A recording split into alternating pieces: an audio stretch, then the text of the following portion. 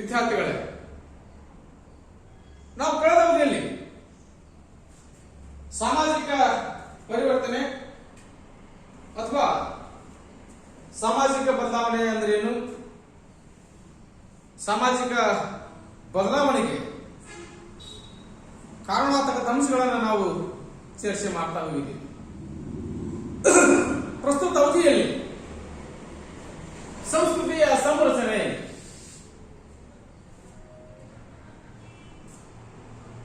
ಅಥವಾ ಸಂಸ್ಕೃತಿಯ ವರ್ಗಾವಣೆ ಕುರಿತಾಗಿ ಚರ್ಚೆಯನ್ನ ಮಾಡ್ತಾ ಹೋಗೋಣ. ವಿಶಾಲಾರ್ಥದಲ್ಲಿ ನಾವು ಶಿಕ್ಷಣ ಪಡ್ಕೊಳ್ಳಿಕ್ಕೆ ಸಾಧ್ಯ ಆದರೆ ವ್ಯಕ್ತಿಯ ಜೀವನ ಪರ್ಯಂತರವಾಗಿ ಸಾಗತಕ್ಕಂತಹ ಶಿಕ್ಷಣ ಏನಿದೆ ಅದನ್ನು ನಾವು ವಿಶಾಲಾರ್ಥದಲ್ಲಿ ಶಿಕ್ಷಣವನ್ನು ಅರ್ಥೈಸ್ತಾ ಹೋಗ್ತೀವಿ. ಅಂದ್ರೆ ವ್ಯಕ್ತಿಯೊಬ್ಬ ತನ್ನ ಜೀವನದುದ್ದಕ್ಕೂ ಅನುಭವಿಸತಕ್ಕಂತಹ ಅನುಭವಗಳ ಸಂರಚನೆ ಅಥವಾ ಪುನರ್ಸಂಘಟನೆ ಏನಿದೆ ಅದನ್ನೇ ನಾವು ವಿಶೇಷವಾಗಿ ನಮ್ಮದೇ ಇರ್ತಕ್ಕಂತಹ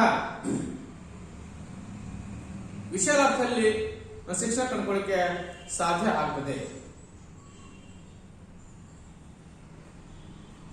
ಈ ಅನುಭವಗಳು ಏನಿದಾವೆ ಅಂದ್ರೆ ವ್ಯಕ್ತಿಯೊಬ್ಬ ತನ್ನ ಜೀವನ ಪರ್ಯಂತರವಾಗಿ ಅನುಭವಿಸತಕ್ಕಂತಹ ಅನುಭವಗಳು ಏನಿದಾವೆ ಜೈವಿಕ ಜೀವಿಯಾಗಿರ್ತಕ್ಕಂತಹ ಮಾನವನನ್ನ ಅಥವಾ ಮಗುವನ್ನ ಅಂದ್ರೆ ಬಯಾಲಜಿಕಲ್ ಚೈಲ್ಡ್ ಏನಿದೆ ಇದನ್ನ ಸಾಮಾಜಿಕಗೊಳಿಸ್ತಕ್ಕಂತಹ ಅಂದ್ರೆ ಸೋಷಿಯಲೈಸೇಷನ್ ಮಾಡತಕ್ಕಂತಹ ಪ್ರಕ್ರಿಯೆಯನ್ನ ಈ ವ್ಯಕ್ತಿ ಅನುಭವಿಸ್ತಕ್ಕಂತಹ ಅನುಭವಗಳು ಅವನಿಗೆ ಕಟ್ಟಿಕೊಡ್ತಕ್ಕಂತಹ ಕೆಲಸವನ್ನು ಮಾಡ್ತಾ ಹೋಗ್ತವೆ. ಆ ವ್ಯಕ್ತಿಯನ್ನ ಆ ಮಗುವನ್ನ ಸಾಮಾಜಿಕಗೊಳಿಸ್ತಕ್ಕಂತಹ ಪ್ರಕ್ರಿಯೆ ಕಂಡುಕೊಳ್ಳಿಕ್ಕೆ ಸಾಧ್ಯ ಆಗ್ತದೆ. ಅಂದ್ರೆ ಜೈವಿಕ ಜೀವಿಯಾದ ಮಾನವನನ್ನ ಸಾಮಾಜಿಕಗೊಳಿಸುವ ಮೂಲಕವಾಗಿ ಸಮಾಜದ ಮಧ್ಯದಲ್ಲಿ ಬದುಕಲಿಕ್ಕೆ ಅಥವಾ ಬಾಳುವುದಕ್ಕೆ ಯೋಗ್ಯವಾದಂತಹ ಸದಸ್ಯನನ್ನಾಗಿ ಯೋಗ್ಯವಾದಂತಹ ವ್ಯಕ್ತಿಯನ್ನಾಗಿ ನಿರ್ಮಿಸತಕ್ಕಂತಹ ಕೆಲಸವನ್ನ ವ್ಯಕ್ತಿಯ ಅನುಭವಗಳು ಸಹಿತ ಮಾಡ್ತಾ ಹೋಗ್ತವೆ. ಹಾಗಾಗಿ ಸಮಾಜದ ಸಂಸ್ಕೃತಿಯನ್ನ ರಕ್ಷಣೆ ಮಾಡತಕ್ಕಂತಹ ಅದನ್ನ ಉಳಿಸ್ತಕ್ಕಂತಹ ಹಾಗೂ ಆ ಸಂಸ್ಕೃತಿಯನ್ನ ಮುಂದುವರಿಸತಕ್ಕಂತಹ ಆ ಸಂಸ್ಕೃತಿಯನ್ನ ಇನ್ನೂ ಸಹಿತ ಉನ್ನತ ಮಟ್ಟಕ್ಕೆ ಒಯ್ಯತಕ್ಕಂಥ ಕೆಲಸವನ್ನ ಶಿಕ್ಷಣ ಮಾಡ್ತಾ ಹೋಗುತ್ತೆ. ಈ ಶಿಕ್ಷಣ ಮತ್ತು ಸಂಸ್ಕೃತಿಗೆ ಅವಿನಾಭಾವ ಸಂಬಂಧವನ್ನು ಕಂಡುಕೊಳ್ಳಿಕ್ಕೆ ಸಾಧ್ಯ ಆಗುತ್ತೆ. ಒಂದೇ ಮುಖದ ಎರಡು ನಾಣ್ಯಗಳಿದ್ದ ಹಾಗೆ, ಒಂದೇ ಬಂಡಿಯ ಎರಡು ಚಕ್ರಗಳು ಅಥವಾ ಗಾಲಿಗಳಿದ್ದ ಹಾಗೆ ಸಂಸ್ಕೃತಿಯನ್ನು ಬಿಟ್ಟು ಶಿಕ್ಷಣ ಮುಂದುವರಲಿಕ್ಕೆ ಸಾಧ್ಯ ಇಲ್ಲ, ಶಿಕ್ಷಣ ಬಿಟ್ಟು ಸಂಸ್ಕೃತಿಯನ್ನ ಮುಂದುವರಲಿಕ್ಕೆ ಸಾಧ್ಯ ಇಲ್ಲ, ಮುಂದುವರಿಸಲಿಕ್ಕೆ ಸಾಧ್ಯ ಇಲ್ಲ. ಹಾಗಾಗಿ ಈ ಶಿಕ್ಷಣ ಸಂಸ್ಕೃತಿ ಎರಡು ಸಹಿತ ಜೊತೆಯಲ್ಲಿ ಸಮಸಮನಾಗಿ ಸಾಗಿದರೆ ಮಾತ್ರ ಶಿಕ್ಷಣ ತನ್ನ ಗುರಿಯನ್ನು ಮುಟ್ಟಲಿಕ್ಕೆ ಗೆಲುವನ್ನು ಸಾಧಿಸಲಿಕ್ಕೆ ಸಾಧ್ಯ ಆಗ್ತದೆ. ಹಾಗಾಗಿ ಸಮೂಹದ ಸಂಸ್ಕೃತಿಯ ಅರಿವನ್ನು ಮೂಡಿಸುವ ಮೂಲಕವಾಗಿ ಶಿಕ್ಷಣ ವ್ಯಕ್ತಿಯನ್ನ ಸುಸಂಸ್ಕೃತ ವ್ಯಕ್ತಿಯನ್ನಾಗಿ ಅಂದ್ರೆ ಕಲ್ಟಿವೇಟೆಡ್ ಪರ್ಸನ್ ಅನ್ನ ಮಾಡ್ತಕ್ಕಂಥ ಕೆಲಸವನ್ನ ಶಿಕ್ಷಣ ಮಾಡ್ತಾ ಹೋಗುತ್ತದೆ. ಹಾಗಾಗಿ ಒಂದು ನಾಗರಿಕ ಸಮಾಜದ ಅನಾಗರಿಕ ಸಮಾಜವಲ್ಲ, ಒಂದು ನಾಗರಿಕ ಸಮಾಜದ ರೀತಿ ನೀತಿ ಪದ್ಧತಿಗಳು ನಿಯಮ ನಿಯಮಗಳು, ಸಂಪ್ರದಾಯಗಳು, ಆಚಾರ ವಿಚಾರಗಳು, ಕಾಯ್ದೆ ಕಾನೂನುಗಳು, ನೈತಿಕ ನಿಯಮಗಳೇನಿದ್ದಾವೆ ಇವುಗಳನ್ನ ಶಿಕ್ಷಣದ ಮೂಲಕವಾಗಿ ವರ್ಗಾವಣೆ ಮಾಡುವ ಮೂಲಕ ಸಮಾಜವನ್ನ ಪುನರ್ ಸಂಘಟನೆ ಮಾಡತಕ್ಕಂತಹ, ಸಂಸ್ಕೃತಿಯನ್ನ ವರ್ಗಾವಣೆ ಮಾಡತಕ್ಕಂಥ ಕೆಲಸವನ್ನ ಶಿಕ್ಷಣ ಮಾಡ್ತಾ ಹೋಗುತ್ತೆ. ಹಾಗಾಗಿ ಶಿಕ್ಷಣಕ್ಕೆ ತಿಳುವಳಿಕೆ ನೀಡತಕ್ಕಂತಹ ಕೆಲಸವನ್ನ ಸಂಸ್ಕೃತಿ ಮಾಡ್ತಾ ಹೋಗುತ್ತೆ. ಹಾಗಾಗಿ ಸಂಸ್ಕೃತಿಯ ಸಂರಚನೆಯಲ್ಲಿ ಅಥವಾ ಸಂಸ್ಕೃತಿಯ ಪುನರಚನೆಯಲ್ಲಿ, ಸಮಾಜದ ಪುನರಚನೆಯಲ್ಲಿ ಶಿಕ್ಷಣದ ಪಾತ್ರದಂತಹ ಮಹತ್ವಪೂರ್ಣ ಸ್ಥಾನವನ್ನು ವಹಿಸತಕ್ಕಂಥ ಕೆಲಸವನ್ನ ಮಾಡ್ತಾ ಹೋಗುತ್ತೆ. ಹಾಗಾಗಿ ನಾವು ಹೇಳ್ತಾ ಹೋಗ್ತೀವಿ, ಮಾನವ ಶ್ರೇಷ್ಠ ಜೀವಿ. ಹಾಗಿದ್ದಾದ್ರೆ ಮಾನವ ಹೇಗೆ ಶ್ರೇಷ್ಠ ಜೀವಿ ಆಗ್ತಾ ಹೋಗ್ತಾನೆ? ಅವನು ಸಹಿತ ಒಂದು ಜೀವಿ. ಹಾಗಿದ್ದ ಮೇಲೆ ಅವನನ್ನು ನಾವು ಹೇಗೆ ಉಳಿದಂತ ಜೀವಿಗಳಿಂದ ನಾವು ಭಿನ್ನ ಅಥವಾ ಬೇರೆಯಾಗಿದ್ದಾನೆ ಅಥವಾ ಶ್ರೇಷ್ಠವಾಗಿದ್ದಾನೆ ಅಂತ ಹೇಗೆ ನಾವು ಗುರುತಿಸ್ತಾ ಹೋಗ್ತೇವೆ? ಮನುಷ್ಯನಿಗೆ ಆಲೋಚನಾ ಶಕ್ತಿ ಇದೆ, ವಿಚಾರ ಮಾಡತಕ್ಕಂತಹ ಶಕ್ತಿ ಇದೆ, ಸೃಜನಶೀಲ ಸಾಮರ್ಥ್ಯ ಇದೆ. ಅವನಿಗೆ ತನ್ನ ಭಾಷೆಯನ್ನ ಸಮರ್ಪಕವಾಗಿ ಬಳಕೆ ಮಾಡತಕ್ಕಂತಹ ಸಾಮರ್ಥ್ಯ ಇದೆ. ಅವನಿಗೆ ತನ್ನ ಜ್ಞಾನವನ್ನ ಸಮಯಕ್ಕೆ ತಕ್ಕ ಹಾಗೆ ಬಳಕೆ ಮಾಡತಕ್ಕಂತಹ ಜ್ಞಾನ ಅರಿವು ಅವನಿಗೆ ಇರೋದ್ರಿಂದಾಗಿ ಮಾನವನನ್ನ ಶ್ರೇಷ್ಠ ಜೀವಿ ಅಂತ ನಾವು ಕರೀಲಿಕ್ಕೆ ಪ್ರಯತ್ನ ಮಾಡ್ತಾ ಹೋಗ್ತೀವಿ. ಹಾಗಾಗಿ ಮಾನವ ಸಮಾಜ ಅಂತಂದ್ರೆ ಸಾಂಸ್ಕೃತಿಕ ಜೀವಿ ಅಂತ ಅರ್ಥಿಸಲಿಕ್ಕೆ ಸಾಮಾನ್ಯವಾದಂತ ನಾವು ಅರ್ಥವನ್ನು ಕಂಡುಕೊಳ್ಳಕ್ಕೆ ಪ್ರಯತ್ನ ಸಹಿತ ಮಾಡ್ತಾ ಹೋಗ್ತೀವಿ. ಹಾಗಾಗಿ ಮಾನವನನ್ನ ಇತರ ಪ್ರಾಣಿಗಳಿಗಿಂತ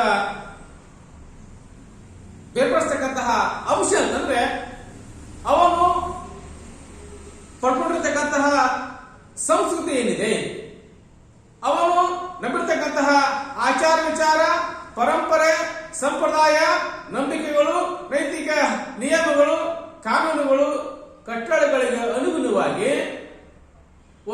ಒಬ್ಬ ಜೀವಿ, ಒಬ್ಬ ಮನುಷ್ಯ ತನ್ನ ಜೀವನವನ್ನ ಸಾಗಿಸುವುದರ ಕಾರಣದಿಂದಾಗಿ ಮಾನವನನ್ನ ಶ್ರೇಷ್ಠ ಜೀವಿ ಅಥವಾ ಭಿನ್ನ ಅಂತ ನಾವು ಗುರುತಿಸಲಿಕ್ಕೆ ವಿಶೇಷವಾದಂತಹ ಪ್ರಯತ್ನ ಸಹಿತ ಮಾಡ್ತಾ ಹೋಗ್ತೀವಿ. ಮನುಷ್ಯ ಜೀವಿ ತನ್ನ ಜ್ಞಾನ ಮೂಲಕವಾಗಿ, ತನ್ನ ಆಲೋಚನೆ ಮೂಲಕವಾಗಿ, ತನ್ನ ಪ್ರಯತ್ನದ ಮೂಲಕವಾಗಿ ಉಳಿದ ಎಲ್ಲ ಜೀವಿಗಳನ್ನ ಅಂದ್ರೆ ಇಡೀ ಪ್ರಪಂಚವನ್ನ ನಿಯಂತ್ರಣ ಮಾಡತಕ್ಕಂಥ ಸಾಮರ್ಥ್ಯವನ್ನ ಪಡ್ಕೊಂಡಿದ್ದಾನೆ. ಆ ಕಾರಣದಿಂದಾಗಿ ಒಬ್ಬ ಮನುಷ್ಯನನ್ನ ಶ್ರೇಷ್ಠ ಪ್ರಾಣಿ ಅಥವಾ ಶ್ರೇಷ್ಠ ಜೀವಿ ಅಂತ ಕರ್ಕೊಳ್ಳಿಕ್ಕೆ ಸಾಧ್ಯ ಆಗ್ತದೆ.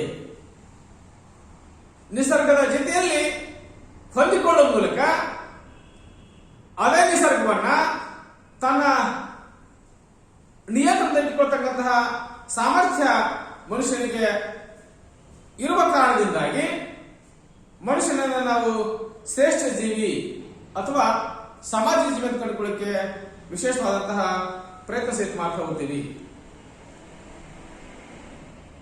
ಹಾಗಾಗಿ ನಾವು ಹೇಳ್ತಾ ಹೋಗ್ತೀವಿ, ಸಂಸ್ಕೃತಿಯ ಸಂರಚನೆಯಲ್ಲಿ ಅಥವಾ ಸಮಾಜದ ಪುನರಚನೆಯಲ್ಲಿ ಶಿಕ್ಷಣದ ಪಾತ್ರ ಮತ್ತು ಸಂಸ್ಕೃತಿಯ ಪಾತ್ರ ಅತ್ಯಂತ ಮಹತ್ತರವಾದ ಸ್ಥಾನವನ್ನು ವಹಿಸೋದನ್ನು ನಾವು ಕಂಡುಕೊಳ್ಳಿಕ್ಕೆ ಸಾಧ್ಯ ಆಗ್ತದೆ. ಹಾಗಿದ್ದಾದ್ರೆ ಕನ್ನಡದ ಸಂಸ್ಕೃತಿ ಪದಕ್ಕೆ ನಾವು ಇಂಗ್ಲಿಷ್ ಅಲ್ಲಿ ಕಲ್ಚರ್ ಪದವನ್ನು ಬಳಕೆ ಮಾಡ್ತಾ ಹೋಗ್ತೀವಿ. ಕನ್ನಡದ ಸಂಸ್ಕೃತಿ ಪದಕ್ಕೆ ಇಂಗ್ಲಿಷ್ ಅಲ್ಲಿ ನಾವು ಕಲ್ಚರ್ ಅಂತ ಪದವನ್ನು ನಾವು ಬಳಕೆ ಮಾಡ್ತಾ ಹೋಗ್ತೀವಿ. ಈ ಕಲ್ಚರ್ ಅಂತಕ್ಕಂಥ ಪದ ಏನಿದೆ ಲ್ಯಾಟಿನ್ ಭಾಷೆಯಿಂದ ಬಂದಿರತಕ್ಕಂಥದ್ದು. ಲ್ಯಾಟಿನ್ ಭಾಷೆಯ ಕೊಲೆರೆ COLERE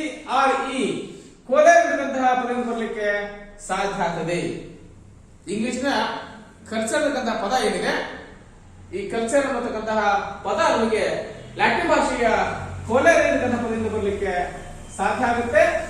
ಹಾಗಿದ್ದಾದ್ರೆ ಕೊಲೆರ್ ಅನ್ನೋ ಪದದ ಅರ್ಥವನ್ನು ನಾವು ಅರ್ಥೈಸ್ತಾ ಹೋದ್ರೆ ಟು ಕಲ್ಟಿವೇಟ್, ಟು ಕಲ್ಟಿವೇಟ್ ಅಂತ ಅರ್ಥ ಆಗ್ತದೆ. ಅಂದ್ರೆ ಬೆಳೆಸುವುದು ಅಂತ ಅರ್ಥ.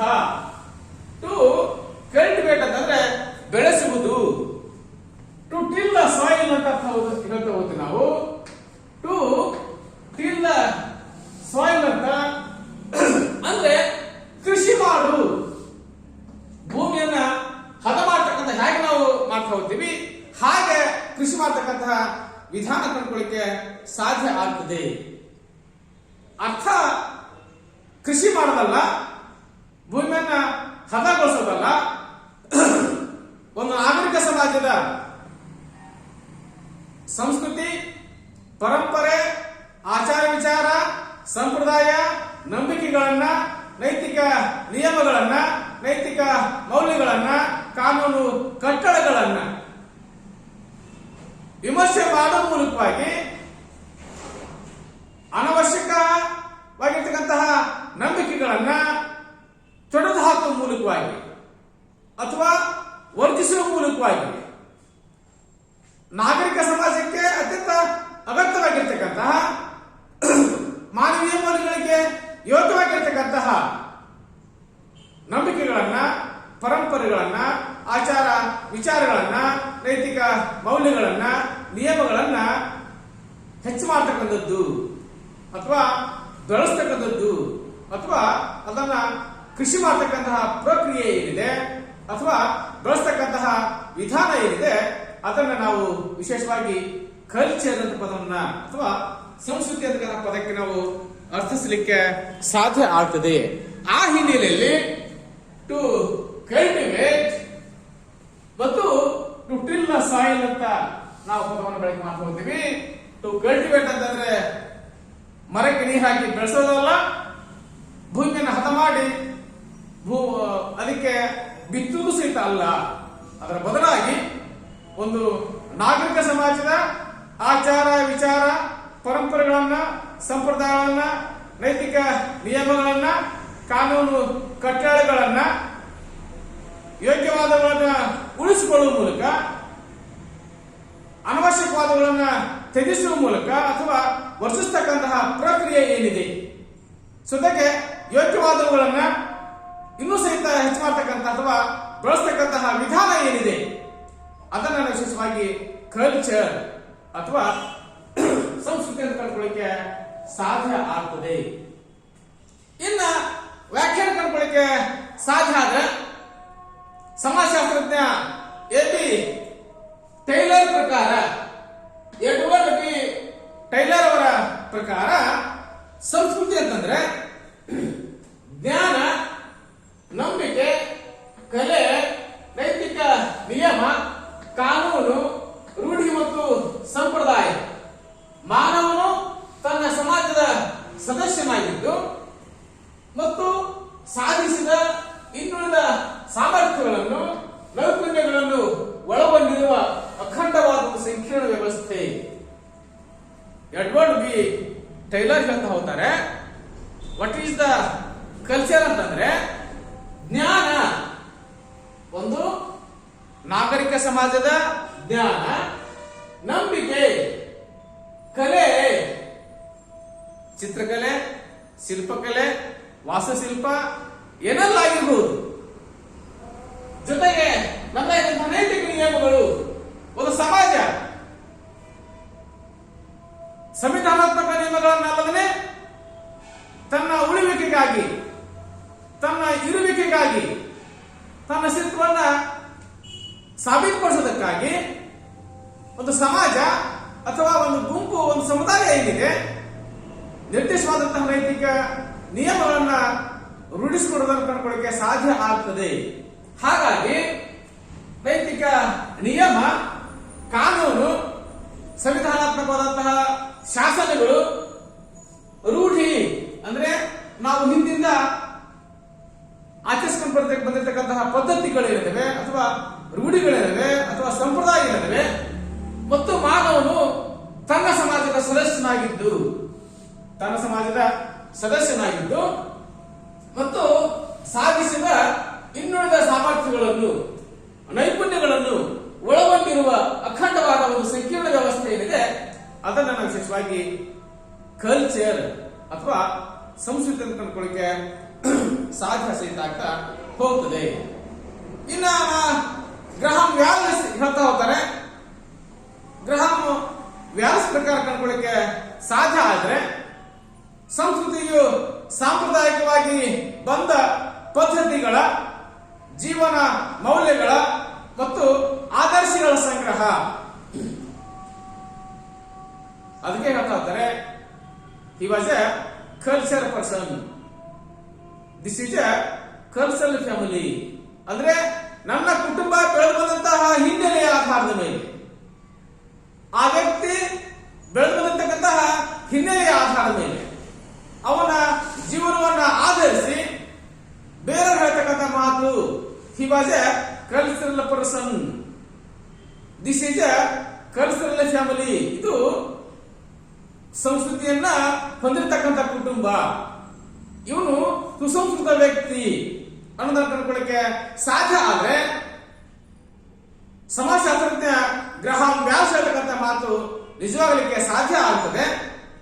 ಸಂಸ್ಕೃತಿಯು ಸಾಂಪ್ರದಾಯಿಕವಾಗಿ ಬಂದ ಪದ್ಧತಿಗಳ, ಅಂದ್ರೆ ಪ್ರಾಚೀನ ಕಾಲದಿಂದ ಬಂದಿರತಕ್ಕಂತಹ ಪದ್ಧತಿಗಳೇನಿದಾವೆ, ಜೀವನ ಮೌಲ್ಯಗಳ, ಅಂದ್ರೆ ನನ್ನ ಜೀವನದ ಹಿನ್ನೆಲೆ ಏನಿದೆ, ಕೌಟುಂಬಿಕ ಜೀವನದ ಹಿನ್ನೆಲೆ ಏನಿದೆ ಮತ್ತು ಆದರ್ಶಗಳ ಸಂಗ್ರಹ, ನನ್ನ ನಡತೆಗಳನ್ನ, ನನ್ನ ಜೀವನ ಪದ್ಧತಿಗಳನ್ನ, ನನ್ನ ವರ್ತನೆಗಳ ಆಧಾರದ ಮೇಲೆ ಆದರ್ಶಗಳ ಸಂಗ್ರಹ ಏನಿದೆ ಅದನ್ನ ನಾವು ವಿಶೇಷವಾಗಿ ಹೇಳ್ತಾ ಹೋಗ್ತೀವಿ. ದಿಸ್ ಈಸ್ ಅ ಕಲ್ಚರ್ ಕಂಡುಕೊಳ್ಳಿಕ್ಕೆ ಸಾಧ್ಯ ಸಹಿತ ಆಗ್ತಾ ಹೋಗ್ತದೆ.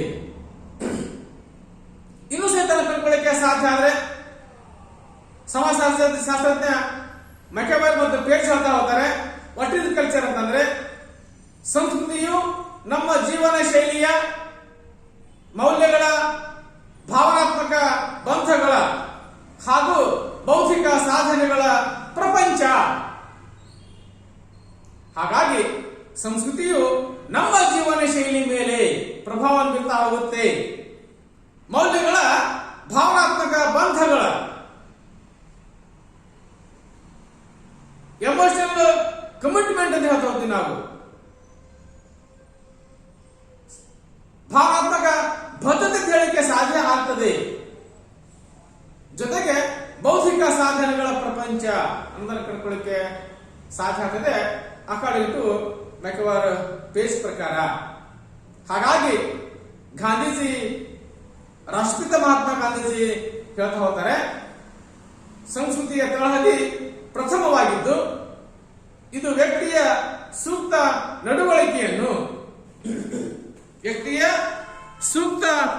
ನಡವಳಿಕೆಯನ್ನು ಮತ್ತು ವೈಯಕ್ತಿಕ ವರ್ತನೆಯನ್ನು ಪ್ರತಿಬಿಂಬಿಸುತ್ತದೆ.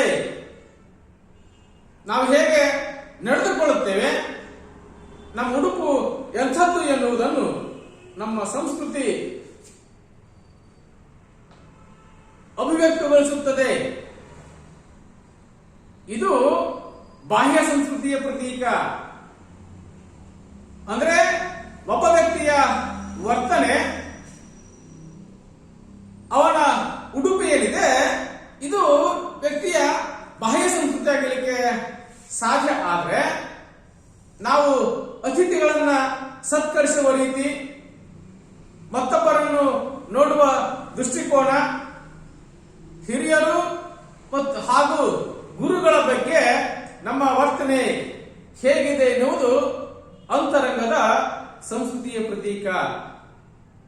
ಅಂದ್ರೆ ಒಂದು ಬಾಹ್ಯ ಸಂಸ್ಕೃತಿ ಇರಲಿಕ್ಕೆ ಸಾಧ್ಯ ಆಗ್ತದೆ, ಮತ್ತೊಂದು ಆಂತರಿಕ ಸಂಸ್ಕೃತಿ ಇರಲಿಕ್ಕೆ ಸಾಧ್ಯ ಆಗ್ತದೆ ಅಕಾರ್ಡಿಂಗ್ ಟು ಮಹಾತ್ಮ ಗಾಂಧೀಜಿಯವರ ಪ್ರಕಾರ.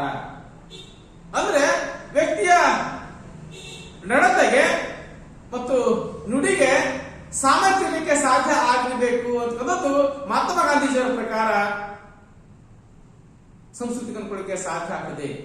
ನಮ್ಮ ನಡೆ ಮತ್ತು ನುಡಿಯಲ್ಲಿ ಏಕತೆ ಇಲ್ಲದೆ ಇದ್ದಾಗ ನಮ್ಮಲ್ಲಿ ಎರಡು ರೀತಿಯ ಸಂಸ್ಕೃತಿ ಬರಲಿಕ್ಕೆ ಸಾಧ್ಯ ಆಗ್ತದೆ. ಆಡೋದೊಂದು ಮತ್ತು ಮಾಡೋದೊಂದು ಆಗಿರ್ಲಿಕ್ಕೆ ಸಾಧ್ಯ ಇರಬಾರ್ದು.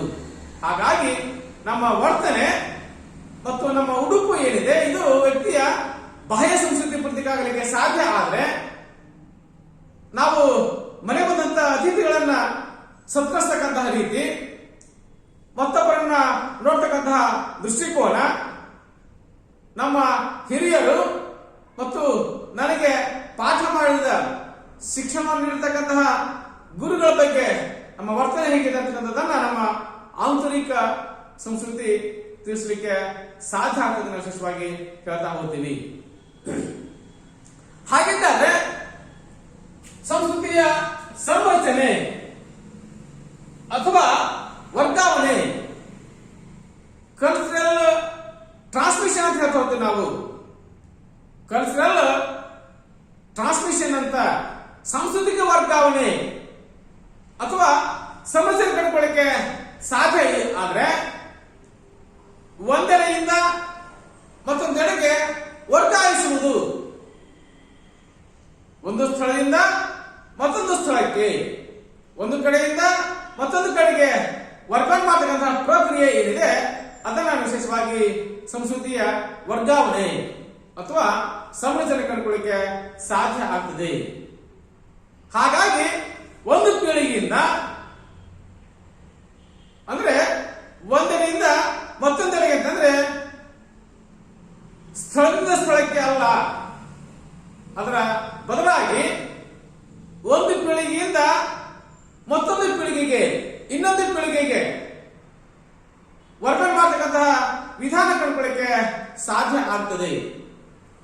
ಹಾಗಾಗಿ ಸಂಸ್ಕೃತಿಯ ವರ್ಗಾವಣೆಯಲ್ಲಿ ಭಾಷೆಗೆ ಅತ್ಯಂತ ಪ್ರಮುಖ ಸ್ಥಾನವನ್ನು ನಾವು ಕಾಣಬಹುದು. ಹಾಗಾಗಿ ಒಂದು ನಡತೆಯನ್ನ ಅಥವಾ ವರ್ತನೆಯನ್ನ ಅನುಕರಣೆ ಮಾಡುವ ಮೂಲಕವಾಗಿ, ಅಧ್ಯಯನ ಮಾಡುವ ಮೂಲಕವಾಗಿ, ಕಲಿಕೆ ಮಾಡುವ ಮೂಲಕವಾಗಿ ಮುಂದಿನ ತಲೆಮಾರಿಗೆ ಅದನ್ನ ವರ್ಗಾವಣೆ ಮಾಡಿಕೊಳ್ಳಿಕ್ಕೆ ಸಾಧ್ಯ ಆಗ್ತದೆ, ವರ್ಗಾಯಿಸಲಿಕ್ಕೆ ಸಾಧ್ಯ ಆಗ್ತದೆ, ಸಂರಚನೆ ಮಾಡಲಿಕ್ಕೆ ಸಾಧ್ಯ ಆಗ್ತದೆ. ನಾವು ವಿಶೇಷವಾಗಿ ಚರ್ಚೆ ಮಾಡ್ಕೊಳ್ತೀವಿ. ಇದೊಂದು ನಿರಂತರ ಪ್ರಕ್ರಿಯೆ. ವ್ಯಕ್ತಿಯ ಜನನದಿಂದ ಪ್ರಾರಂಭವಾಗಿ ಮನುಕುಲ ಇರುವವರೆಗೂ ಸಹಿತ ಈ ಪ್ರಪಂಚದಲ್ಲಿ ಕೊನೆಯ ವ್ಯಕ್ತಿ ಬದುಕಿರುವವರೆಗೂ ಸಹಿತ ಸಂಸ್ಕೃತಿ ವರ್ಗಾವಣೆ ನಿರಂತರವಾಗಿ ನಡೆದುಕೊಳ್ಳಿಕ್ಕೆ ನಾವು ಪ್ರಯತ್ನ ಮಾಡಬಹುದು. ವ್ಯಕ್ತಿಯ ಹುಟ್ಟಿದ ಪ್ರಾರಂಭವಾಗಿದ್ದ ಸಂಸ್ಕೃತಿ ವರ್ಗಾವಣೆ ಏನಿದೆ, ವ್ಯಕ್ತಿಯ ಜನ್ಮದಿಂದ ಪ್ರಾರಂಭವಾಗಿರ್ತಕ್ಕಂತಹ ಸಂಸ್ಕೃತಿಯ ವರ್ಗಾವಣೆ ಏನಿದೆ, ಈ ಪ್ರಪಂಚದಲ್ಲಿ ಕೊನೆಯ ವ್ಯಕ್ತಿ ಜೀವಿಸುವವರೆಗೂ ಸಹಿತ ಸಂಸ್ಕೃತಿಯ ವರ್ಗಾವಣೆ, ಸಂಸ್ಕೃತಿಯ ಸಂರಚನೆ ನಿರಂತರವಾಗಿ ನಡೆದುಕೊಳ್ಳಿಕ್ಕೆ ಸಾಧ್ಯ ಆಗ್ತದೆ. ಹಾಗಾಗಿ ಈ ಸಂಸ್ಕೃತಿಯ ವರ್ಗಾವಣೆಯ ಹಿನ್ನೆಲೆಯಲ್ಲಿ, ಸಂಸ್ಕೃತಿಯ ಸಂರಚನೆಯ ಹಿನ್ನೆಲೆಯಲ್ಲಿ ಈ ಮನುಷ್ಯ ಜೀವಿ ಎಲ್ಲ ಪ್ರಾಣಿಗಳಿಗಿಂತ ಭಿನ್ನ ಅಥವಾ ಪ್ರತ್ಯೇಕವನ್ನು ಕಂಡುಕೊಳ್ಳಿಕ್ಕೆ ನಾವು ಪ್ರಯತ್ನ ಸಹಿತ ಮಾಡ್ತಾ ಹೋಗ್ತೀವಿ. ಹಾಗಾಗಿ ಸಾರ ಸಂಗ್ರಹಗೊಂಡಂತಹ ಸಂಸ್ಕೃತಿಯ ಔಪಚಾರಿಕ ಹಾಗೂ ಅನೌಪಚಾರಿಕ ವಿಧಾನಗಳೊಂದಿಗೆ ಕಲಿಕೆಯ ಮುಖಾಂತರ, ಅಂದ್ರೆ ಕಲಿಕೆಯ ಮೂಲಕ ಒಂದು ತಲೆಮಾರಿನಿಂದ ಇನ್ನೊಂದು ತಲೆಮಾರಿಗೆ, ಅಂದ್ರೆ ಒಂದು ಪೀಳಿಗೆಯಿಂದ ಮತ್ತೊಂದು ಪೀಳಿಗೆಗೆ ಸಂರಚನೆಗೊಳ್ಳುವಂತಹ ಪ್ರಕ್ರಿಯೆ ಏನಿದೆ ಅದನ್ನು ನಾವು ಸಾಂಸ್ಕೃತಿಕ ಸಂರಚನೆ ಅಥವಾ ವರ್ಗಾವಣೆ ಕಂಡುಕೊಳ್ಳಿಕ್ಕೆ ಸಾಧ್ಯ ಆಗ್ತದೆ. ಹಾಗಿದ್ದರೆ ಸಾಂಸ್ಕೃತಿಕ ಸಂರಚನೆಯಲ್ಲಿ, ಸಾಂಸ್ಕೃತಿಕ ವರ್ಗಾವಣೆಯಲ್ಲಿ ಪ್ರಮುಖವಾಗಿ ನಾವು 7 ಪ್ರಕಾರ ಕಂಡುಕೊಳ್ಳಿಕ್ಕೆ ಸಾಧ್ಯ ಆಗ್ತದೆ. ಒಂದು ಸಾಂಪ್ರದಾಯಿಕ ಮಾರ್ಗ, ಮತ್ತೊಂದು ರಚನಾತ್ಮಕ ಮಾರ್ಗ. ಹಾಗಿದ್ದರೆ ನಾವು ಕನ್ಸರ್ವೇಷನ್ ಫಂಕ್ಷನ್ ಕಂಡುಕೊಳ್ಳಕ್ಕೆ ಸಾಧ್ಯ ಆಗ್ತದೆ. ಮತ್ತೊಂದು ಕ್ರಿಯೇಟಿವ್ ಫಂಕ್ಷನ್ ಅಂತ, this is A conservation function ಅಂತ ಸಾಂಪ್ರದಾಯಿಕ ಮಾರ್ಗ ಕಂಡುಕೊಳ್ಳಕ್ಕೆ ಸಾಧ್ಯ ಆಗ್ತದೆ. ಹಾಗಿದ್ದಾದ್ರೆ ಕನ್ಸರ್ವೇಷನ್ ಫಂಕ್ಷನ್ ಅಂತಂದ್ರೆ ಏನು, ಸಾಂಪ್ರದಾಯಿಕ ಮಾರ್ಗಾಂತರ ಯಾವಾಗ ಕಲಿಲಿಕ್ಕೆ ಸಾಧ್ಯ ಆಗುತ್ತೆ ಅಂತಂದ್ರೆ ನಮ್ಮ ಪ್ರಾಚೀನ ನಂಬಿಕೆ, ಸಂಪ್ರದಾಯ, ನೈತಿಕ ನಿಯಮ, ಆಚಾರ ವಿಚಾರ, ರೂಢಿ ಪದ್ಧತಿಗಳು, ಕಾನೂನು ಕಟ್ಟಳೆಗಳನ್ನು ನಾವು ವಿಶೇಷವಾಗಿ ನಂಬ್ತಾ ಇದ್ದಂತಹ ಸಾಂಪ್ರದಾಯಿಕ ಮಾರ್ಗ ಕಂಡುಕೊಳ್ಳಕ್ಕೆ ಸಾಧ್ಯ ಆಗ್ತದೆ. ಹಾಗಿದ್ದಾದ್ರೆ ವ್ಯಕ್ತಿ ಜೀವನದಲ್ಲಿ ಪರಂಪರಾಗತವಾಗಿ ಹರಿದು ಬಂದಿರತಕ್ಕಂತಹ ವ್ಯಕ್ತಿಯ ಜನ್ಮದ ಜೊತೆಯಲ್ಲಿ ಸಾಗಿ ಬಂದಿರತಕ್ಕಂತಹ ಅನಾದಿ ಕಾಲದ ಪರಂಪರೆಗಳು, ನಂಬಿಕೆಗಳು, ಆಚಾರ ವಿಚಾರಗಳು, ಮೌಲ್ಯಗಳು, ನೈತಿಕ ನಿಯಮಗಳು, ಕಾನೂನು ಕಟ್ಟಳೆಗಳು, ಸಂಪ್ರದಾಯ, ರೂಢಿ ಪದ್ಧತಿಗಳಿವೆ. ಅದನ್ನು ನಾವು ವಿಶೇಷವಾಗಿ ನಮ್ದೇ ಇದ್ದಂತಹ ಕನ್ಸರ್ವೇಷನ್ ಫಂಕ್ಷನ್ ಕಂಡುಕೊಳ್ಳಕ್ಕೆ ಸಾಧ್ಯ ಆಗ್ತದೆ. ನೈತಿಕ ನಿಯಮಗಳಲ್ಲಿ ಕಂಡುಕೊಳ್ಳಕ್ಕೆ ಸಾಧ್ಯ ಆಗುತ್ತೆ. ಹಾಗಿದ್ದರೆ ರಚನಾತ್ಮಕ ಮಾರ್ಗ ಕ್ರಿಯೇಟಿವ್ ಫಂಕ್ಷನ್ ಅಲ್ಲಿ ಕಂಡುಕೊಳ್ಳಕ್ಕೆ ಸಾಧ್ಯ ಆದ್ರೆ ನಮ್ಮ ಜನ ಸಮುದಾಯದ ಜೊತೆಯಲ್ಲಿ ಬೆಳೆದು ಬಂದಿರತಕ್ಕಂತಹ ಈ ಪರಂಪರಾಗತವಾದಂತಹ ಮೌಲ್ಯ, ರೂಢಿ, ಸಂಪ್ರದಾಯ, ಆಚಾರ ವಿಚಾರ ಪದ್ಧತಿಗಳನ್ನ, ನೈತಿಕ ನಿಯಮಗಳನ್ನ, ಕಾನೂನು ಕಟ್ಟಳೆಗಳಲ್ಲಿ ಯಾವ ಪದ್ಧತಿಗಳು, ನೈತಿಕ ನಿಯಮಗಳು, ಸಂಪ್ರದಾಯಗಳು, ಪರಂಪರೆಗಳು ಮನುಷ್ಯ ಜನಾಂಗದ ಪ್ರಗತಿಗಾಗಿ, ಏಳಿಗೆಗಾಗಿ ಇದಾವೆ, ಅವುಗಳನ್ನ ಉಳಿಸಿಕೊಳ್ಳುವ ಮೂಲಕವಾಗಿ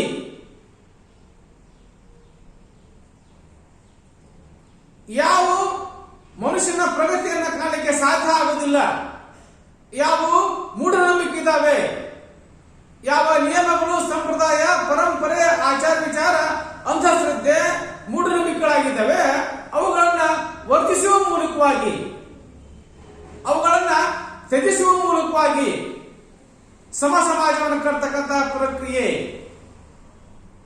ಹೊಸ ಸಮಾಜವನ್ನು ಕಟ್ತಕ್ಕಂತಹ ಪ್ರಕ್ರಿಯೆ, ನವ ಸಮಾಜವಾದ ನಿರ್ಮಾಣಕ್ಕೆ ದಾರಿ ಮಾಡತಕ್ಕಂತಹ ಪ್ರಕ್ರಿಯೆ ಏನಿದೆ ಅದನ್ನ ನಾವು ಕ್ರಿಯೇಟಿವ್ ಫಂಕ್ಷನ್ಸ್ ಅಂತ ಅಥವಾ ರಚನಾತ್ಮಕ ಮಾರ್ಗ ಕಂಡುಕೊಳ್ಳಕ್ಕೆ ಸಾಧ್ಯ ಆಗ್ತದೆ. ಹಾಗಾಗಿ ನಾವು ವಿಶೇಷವಾಗಿ ಹೇಳ್ತಾ ಹೋಗ್ತೀವಿ, ನಮ್ಮ ಸಂಸ್ಕೃತಿಯಲ್ಲಿರ್ತಕ್ಕಂತಹ ನ್ಯೂನತೆಗಳನ್ನ ಅಳಿಸ್ತಕ್ಕಂತಹ ಪ್ರಕ್ರಿಯೆ, ಅವುಗಳನ್ನ ಚಲಿಸತಕ್ಕಂತಹ ಪ್ರಕ್ರಿಯೆ, ಹೊಸದನ್ನ ಪರಿಶೋಧಿಸುವ ಮೂಲಕವಾಗಿ ನಮ್ಮ ಅಂಧಶ್ರದ್ಧೆ, ಮೂಢನಂಬಿಕೆ ಇವುಗಳನ್ನ ತೊಡೆದು ಹಾಕುವ ಮೂಲಕವಾಗಿ ಅವುಗಳನ್ನ ಬಿಡುವ ಮೂಲಕವಾಗಿ ಹೊಸ ಸಮಾಜವನ್ನ, ನವ ಸಮಾಜವನ್ನು ಕಟ್ಟತಕ್ಕಂತಹ ಪ್ರಕ್ರಿಯೆ ಏನಿದೆ ಅದನ್ನ ವಿಶೇಷವಾಗಿ ರಚನಾತ್ಮಕ ಮಾರ್ಗ ಅಥವಾ ಕ್ರಿಯೇಟಿವ್ ಫಂಕ್ಷನ್ಸ್ ಅನ್ನು ಕಂಡುಕೊಳ್ಳಕ್ಕೆ ಸಾಧ್ಯ ಸಹಿತ ಆಗಬಹುದಿದೆ. ಹಾಗಾಗಿ ಒಂದು ಕಾಲದಲ್ಲಿ ನಾವು ಹೇಳ್ತಿದ್ವಿ, ನೋ ಸ್ತ್ರೀ ಸ್ವಾತಂತ್ರ್ಯ ಮಹತಿ, ಸ್ತ್ರೀ ಸ್ವಾತಂತ್ರ್ಯಕ್ಕೆ ಅರ್ಹಳಲ್ಲ ಹೇಳ್ತಿದ್ವಿ. ಇವತ್ತು ಹಾಗಿಲ್ಲ, ಸಮಾಜ ಬದಲಾವಣೆ ಆಗಿದೆ. ಸ್ತ್ರೀ ಎಲ್ಲ ಕ್ಷೇತ್ರಗಳು ಸಹಿತ ಮುಂದುವರಿದಾಳೆ. ಪುರುಷನಷ್ಟೇ ಸಮಸಮನಾದಂತಹ ಸ್ಥಾನಮಾನವನ್ನು ಅವಳು ಅಲಂಕರಿಸಿದ್ದಾಳೆ. ಪುರುಷನ ಜೊತೆಯಲ್ಲಿ ಸ್ಪರ್ಧೆ ಮಾಡ್ತಕ್ಕಂಥ ಸಾಮರ್ಥ್ಯವನ್ನು ಅವಳು ಬಳಸಿಕೊಂಡಿದ್ದಾಳೆ. ಸಮಾಜ ಬದಲಾವಣೆ ಆಗಲಿಕ್ಕೆ ಸಾಧ್ಯ ಆಗ್ತದೆ. ಸಮಾಜ ಬದಲಾವಣೆ ಆಗಲಿಕ್ಕೆ ತನ್ನನ್ನು ತಾನು ಬದಲಿಸಿಕೊಳ್ಳಿಕ್ಕೆ ಸಮಾಜ ಪ್ರಯತ್ನ ಮಾಡ್ಕೊಳ್ಳಿಕ್ಕೆ ನಾವು ಸಾಧ್ಯ ಆಗ್ತದೆ. ತದನಂತರದಲ್ಲಿ ಉದ್ಯೋಗವನ್ನು ಪುರುಷರ ಕ್ಷಮತೆ ಅಂತ ನಾವು ಇವತ್ತು ಹಾಗಿಲ್ಲ. ಸ್ತ್ರೀ ಅದು ಮಹಿಳೆ ಎಲ್ಲ ಕ್ಷೇತ್ರದಲ್ಲಿ ಸಹಿತ ಉದ್ಯೋಗದಲ್ಲಿ ತನ್ನನ್ನು ತಾನು ತೊಡಗಿಸಿಕೊಂಡಿದ್ದಾಳೆ. ಭೂಮಿ, ಆಕಾಶ, ಪಾತಾಳದಲ್ಲೂ ಸಹಿತ ಸೇವೆ ಸಲ್ಲಿಸಲಿಕ್ಕೆ ಅವಳು ಸಮರ್ಥವಾಗಿದ್ದಾಳೆ. ಹಿಂದಿನ ಕಾಲದಲ್ಲಿ ಭ್ರೂಣ ಹತ್ಯೆ ಆಗಿತ್ತು, ಬಾಲ ವಿವಾಹ ಇತ್ತು, ಸತಿ ಪದ್ಧತಿ ಇತ್ತು. ಇವತ್ತೆಲ್ಲವೂ ಸಹಿತ ನಮ್ಮಿಂದ ಕಾಣೆಯಾಗಿದ್ದಾವೆ. ಕಾರಣ ಇಷ್ಟೇ, ಸಮಾಜ ಬದಲಾವಣೆಯನ್ನು ಬಯಸ್ತಾ ಇದೆ, ಸಂಸ್ಕೃತಿಯ ವರ್ಗಾವಣೆ ಆಗಿದೆ, ಸಂಸ್ಕೃತಿಯ ಸಂರಚನೆ ಪುನರ್ರಚನೆ ಆಗಲಿಕ್ಕೆ ಸಾಧ್ಯ ಆಗ್ತಾ ಇದೆ. ಹಾಗಾಗಿ ಬಾಲ್ಯ ವಿವಾಹ, ಸತಿ ಪದ್ಧತಿ, ಮೂಢನಂಬಿಕೆ, ಅಂಧಶ್ರದ್ಧೆ, ವಿಧವಾ ವಿವಾಹ, ಮರು ವಿವಾಹ, ವಿವಾಹ ವಿಚ್ಛೇದನಕ್ಕೆ ಸಾಧ್ಯ ಇರಲಿಲ್ಲ ಹಿಂದಿನ ಕಾಲದಲ್ಲಿ. ಇವತ್ತೆಲ್ಲ ನಡೀತಾ ಇದ್ದಾವೆ ಅಲ್ವೇ? ಹಾಗಾಗಿ ಸಮಾಜಕ್ಕೆ, ಸಮಾಜದ ಬದುಕಿಗೆ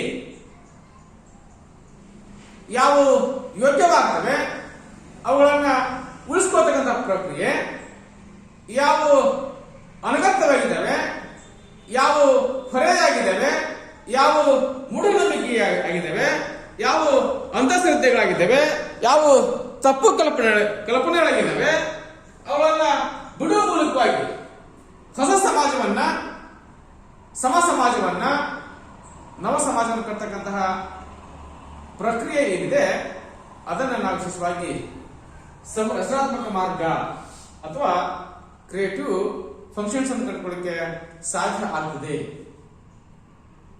ಪ್ರಸ್ತುತ ತೀರ್ಮಾನಗಳಲ್ಲಿ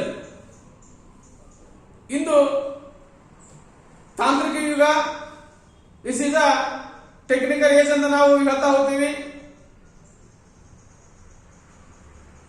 ತಾಂತ್ರಿಕ ಮತ್ತು ವೈಜ್ಞಾನಿಕ ಜಗತ್ತಿನಲ್ಲಿ ಆಗ್ತಕ್ಕಂತಹ ಅತ್ಯಂತ ಶೀಘ್ರವಾದಂತಹ ಮತ್ತು ವೇಗವಾದಂತಹ ಬೆಳವಣಿಗೆ ಏನಿದೆ ಅದು ಸಾಮಾಜಿಕ ಕ್ಷೇತ್ರದಲ್ಲಿ, ಸಾಂಸ್ಕೃತಿಕ ಕ್ಷೇತ್ರದಲ್ಲೂ ಸಹಿತ ನಾವು ಕಂಡುಕೊಳ್ಳಿಕ್ಕೆ ಸಾಧ್ಯ ಆಗ್ತಿದೆ. ಸಾರಿಗೆ ಆಗಿರ್ಬೋದು, ವ್ಯವಸಾಯ ಆಗಿರ್ಬೋದು, ಕೈಗಾರಿಕೆ ಆಗಿರ್ಬೋದು, ಶಿಕ್ಷಣ ಆಗಿರ್ಬೋದು, ಉಡುಪು ಆಗಿರ್ಬೋದು, ಎಲ್ಲ ಸೇವಾ ಕ್ಷೇತ್ರ ಆಗಿರ್ಬೋದು, ಈ ಎಲ್ಲ ಕ್ಷೇತ್ರಗಳು ಸಹಿತ ವಿಶೇಷವಾಗಿ ಶಿಕ್ಷಣದ ಪ್ರಭಾವದಿಂದಾಗಿ ತನ್ನ ಸ್ವರೂಪವನ್ನು ಬದಲಿಸಿಕೊಳ್ಳಿಕ್ಕೆ ಸಾಧ್ಯ ಆಗಿದೆ. ಅಮೂಲಾಗ್ರ ಬದಲಾವಣೆ ಹೊಂದಲಿಕ್ಕೆ ಸಾಧ್ಯ ಆಗ್ತದೆ. ವೃತ್ತಿಯಾಧಾರಿತ ಶಿಕ್ಷಣ ವ್ಯಕ್ತಿಯ ಸಾಂಸ್ಕೃತಿಕ ಸಮಸ್ಯೆಗೆ ಮೂಲ ಕಾರಣಗಳನ್ನು ಕಂಡುಕೊಳ್ಳಿಕ್ಕೆ ಸಾಧ್ಯ ಆಗ್ತಾ ಇದೆ. ಪ್ರಸ್ತುತ ಇವತ್ತು ಜಾಗತೀಕರಣದಿಂದಾಗಿ ನಮ್ಮ ಆಚಾರ, ನಮ್ಮ ಭಾಷೆ, ನಮ್ಮ ಉಡುಪು, ನಮ್ಮ ವೇಷಭೂಷಣ ಎಲ್ಲೂ ಸಹಿತ ತಾನೇ ಬದಲಾವಣೆಯನ್ನು ಕಂಡುಕೊಳ್ಳಿಕ್ಕೆ, ಬದಲಾವಣೆ ಆಗೋದಕ್ಕೆ ಪ್ರಯತ್ನ ಮಾಡಿದೆ. ಅದನ್ನು ಸಹಿತ ವಿಶೇಷವಾಗಿ ಆಗ್ತಾ ಹೋಗಿದೆ. ಹಾಗಾಗಿ ಪ್ರಸ್ತುತ ಮೊಬೈಲ್ ಯುಗದಲ್ಲಿ ಅಂಗೈಯಲ್ಲಿ ನಾವು ಎಲ್ಲ ಸೌಲಭ್ಯಗಳನ್ನು ಪಡ್ತಕ್ಕಂಥ ವ್ಯವಸ್ಥೆ ನಮ್ಮಲ್ಲಿ ಸೃಷ್ಟಿಯಾಗಿದೆ. ಹಾಗಾಗಿ ಇಡೀ ಜಗತ್ತು ಒಂದು ಪುಟ್ಟ ಗ್ರಾಮ ಆಗೋದನ್ನು ಕಂಡುಕೊಳ್ಳಿಕ್ಕೆ ನಾವು ಪ್ರಯತ್ನ ಮಾಡಿದ್ದೀವಿ. ಇಲ್ಲೇ ಕೂತ್ಕೊಂಡು ಎಲ್ಲ ಇರ್ತಕ್ಕಂಥ ವ್ಯಕ್ತಿ ಜೊತೆಗೆ ಮುಖಾಮುಖಿಯಾಗಿ ಸಂವಹನ ಮಾಡತಕ್ಕಂತಹ ಮಾಧ್ಯಮ ನಮ್ಮಲ್ಲಿ ಇವತ್ತು ಸೃಷ್ಟಿಯಾಗಿದೆ. ಆ ಕಾರಣದಿಂದಾಗಿ ಪ್ರಸ್ತುತ ದಿನಮಾನಗಳಲ್ಲಿ ಸಂಸ್ಕೃತಿಯ ವರ್ಗಾವಣೆ, ಸಂರಚನೆ ಏನಿದೆ ಅದು ಶೀಘ್ರವಾಗಿ ಆಗೋದನ್ನು ನಾವು ಕಂಡುಕೊಳ್ಳಿಕ್ಕೆ ಸಾಧ್ಯ ಆಗುತ್ತೆ. ಹಾಗಾಗಿ ವ್ಯಕ್ತಿಯ ಭಾಷೆ, ಅವನ ರೀತಿ ನೀತಿ, ಅವನ ಪದ್ಧತಿಗಳು, ಅವನ ಆಹಾರ ಪದ್ಧತಿ, ಅವನ ವೇಷಭೂಷಣ, ಎಲ್ಲ ಚಟುವಟಿಕೆಗಳಲ್ಲಿ ಅಥವಾ ಕ್ಷೇತ್ರಗಳಲ್ಲಿ ತೀವ್ರಗತಿಯ ಬದಲಾವಣೆಯನ್ನು ಕಂಡುಕೊಳ್ಳಿಕ್ಕೆ ನಾವು ಪ್ರಯತ್ನ ಮಾಡ್ತಾ ಹೋಗ್ತೀವಿ. ಈ ಎಲ್ಲೂ ಸಹಿತ ಆಗ್ತಾ ಇರೋದು ಶಿಕ್ಷಣದ ಬೆಳವಣಿಗೆಯ ಕಾರಣದಿಂದಾಗಿ. ಕಡ್ಡಾಯ ಶಿಕ್ಷಣ ಹಕ್ಕು ಬಂದಿರೋದ್ರಿಂದ ಪ್ರತಿಯೊಂದು ಮಗು ಸಹಿತ ತನ್ನ ಮೂಲಭೂತ ಶಿಕ್ಷಣ ಪಡೆದುಕೊಳ್ಳೋದ್ರಿಂದ ಯಾವುದು ಯೋಗ್ಯ, ಯಾವುದು ಅಯೋಗ್ಯ ಅಂತಕ್ಕಂತಹ ಕಲ್ಪನೆ, ಜ್ಞಾನ, ಅರಿವು ಪ್ರತಿಯೊಬ್ಬ ಮಗುವಿಗೆ ಸಿಗಲಿಕ್ಕೆ ಸಾಧ್ಯ ಆಗ್ತಾ ಇದೆ. ಹಾಗಾಗಿ ಸಾಂಪ್ರದಾಯಿಕವಾಗಿ ಬಂದಿರತಕ್ಕಂತಹ, ಪರಂಪರೆಯಿಂದ ಬಂದಿರತಕ್ಕಂತಹ ಮೂಢನಂಬಿಕೆಗಳನ್ನ, ಅಂಧಶ್ರದ್ಧೆಗಳನ್ನ, ಆಚಾರ-ವಿಚಾರಗಳನ್ನ ಚಲಿಸತಕ್ಕಂತಹ ಪ್ರಯತ್ನವನ್ನ ಪ್ರತಿಯೊಬ್ಬ ವ್ಯಕ್ತಿ ಇವತ್ತು ಮಾಡ್ತಾ ಇದ್ದಾನೆ.